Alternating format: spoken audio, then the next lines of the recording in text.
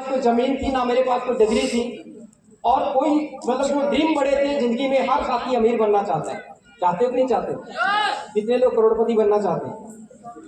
अब देखिए यहाँ भी 50% लोगों का हाथ नहीं करता। क्यों? तो पड़ोसी को देख रहे हैं, साले निकल बाहर देखता हूँ कितना बड़ा करोड़पति। मतलब ये हम इतने डर चुके हैं कि पड़ोसी मेरा मजाक न उड़ाए कि साला बना है करोड़पति बनने चला है। हम इतने डर चुके हैं जीवन में। मैं एक सवाल करता हूँ हर सेमिनार के अंदर लोगों से, आपसे भी कर लूं क्या? मैं एक सवाल करता हूं कि यहाँ से जितने भी लोग आप बैठे हुए, मैं गारंटी दे सकता हूं यहाँ पे एक बोर्ड अगर मैं लगवा दूं और एक एक आदमी को आके बोलूं कि लिखो यहाँ पे 1 करोड़, हिंदी में नहीं लिखना, जीरो कितनी होती है। 50% से लेके 80% लोगों को ये नहीं पता होगा कि 1 करोड़ में जीरो कितनी होती है। दोस्तों फिर अगर इसी सवाल को मैं रिपीट करूं, मैंने अपनी ट्रेनिंगों के अंदर ये चीजें करके देखी है। मैंने बोला कि लिखो 5000, 1000, 1000 में 100% लोगों ने लिख दिया 1000, कितनी जीरो होती है? 3 जीरो। फिर मैंने बोला कि लिखो 10,000, तो फटाक से लिख दिया 10,000।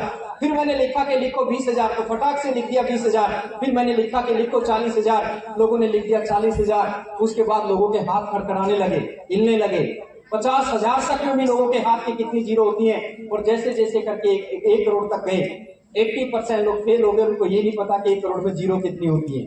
उसके पीछे रीजन पता क्या है? क्योंकि जिंदगी में कभी हम 1 करोड़ के बारे में सोचते नहीं। हम जिंदगी में कभी, हमें जीरो कहां तक याद है? आपको 1,000 में कितनी जीरो, 10,000 में कितनी जीरो, 20,000 में कितनी जीरो, 40,000 में कितनी जीरो, जहां तक आपको जीरो याद है, इसका मतलब आपकी सोच वहीं पे खत्म हो जाती है। आपकी सोच 20,000 पे खत्म हो गई तो आपकी 20,000 जीरो आपको याद है। दोस्तों जिस दिन आपका विजन हो जाएगा कि मेरे को 1 करोड़ रुपया कमाना है, मेरे को 1 करोड़ रुपया महीना कमाना है, तो दोस्तों मैं गारंटी दे सकता हूं आपको तुरंत याद हो जाएगा कि 1 करोड़ में जीरो कितनी होती है। लेकिन हम लोगों ने, माफ करना मेरे को, मैं भी आप ही लोगों में से मिडिल क्लास फैमिली से बिलोंग करता था मैं पहले, उससे भी नीचे। यहाँ पे बहुत सारे लोग हैं जो उत्तर प्रदेश से आके लुधियाना में काम करते हैं, बहुत सारे लोग हैं जो बिहार से आके यहाँ पे काम करते हैं, अलग अलग स्टेटों से आके काम करते हैं। मैं आपसे एक सवाल करना चाहता हूँ, ईमानदारी से मेरे को बताना, क्या अपनी मर्जी से आप लुधियाना आए हो?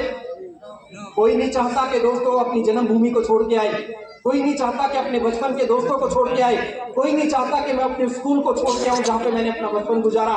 सिर्फ एक चीज हमें लेके आती है दोस्तों, पेट की आग।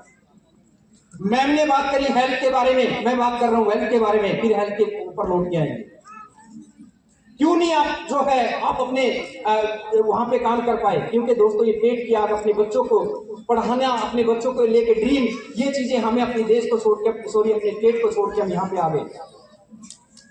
आज मैं ऐसी मैं चीजों को स्टडी करता रहता हूँ। कंपनी बनी है मार्केट के अंदर जो दाह संस्कार कराती है, अंतिम संस्कार कराती है उस कंपनी का। आप सोच रहे हो मजाक कर रहा हूँ, आप लोगों को व्हाट्सएप कर दूंगा। जो लोग विदेशों में रहते हैं, उनके बच्चे विदेशों में चले गए, अब उनके माता पिता यहाँ पे रहते हैं, उनके पास टाइम ही नहीं है, उस कंपनी में रजिस्ट्रेशन करा देते हैं, और जब उनका अंतिम संस्कार करना होता है तो कंपनियां उनका अंतिम संस्कार कराती हैं। दोस्तों दुनिया की सबसे बड़ी दौलत इंसान की औलाद होती है, उसके अपने बच्चे होते हैं। अगर आज ये समय आ चुका है कि उनका अंतिम संस्कार कराने के लिए, पता रजिस्ट्रेशन फीस कितनी है उस कंपनी की?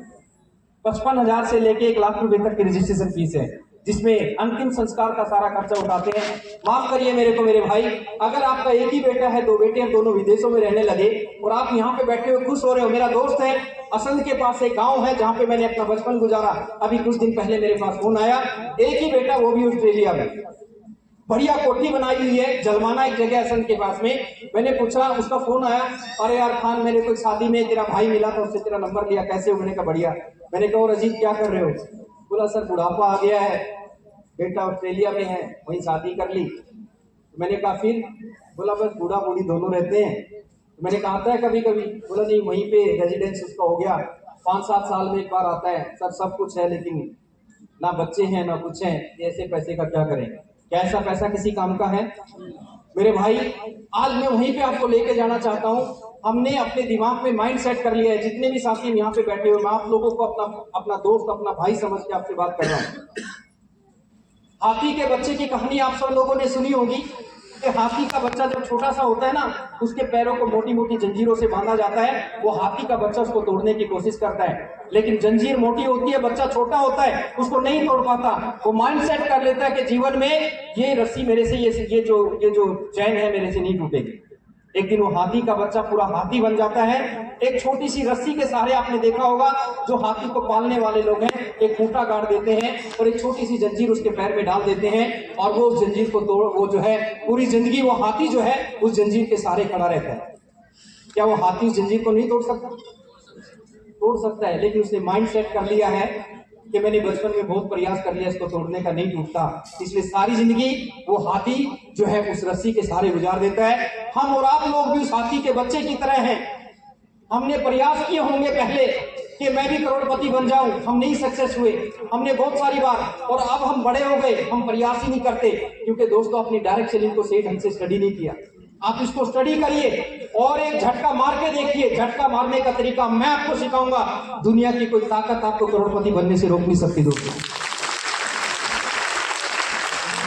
अपने माइंडसेट को हटाइए। अमीर बनना बहुत आसान है, अमीर बनना बहुत, आप कहोगे क्या ये तो बहुत बड़ी बात बोल रहा है, बिल्कुल आसान है, लेकिन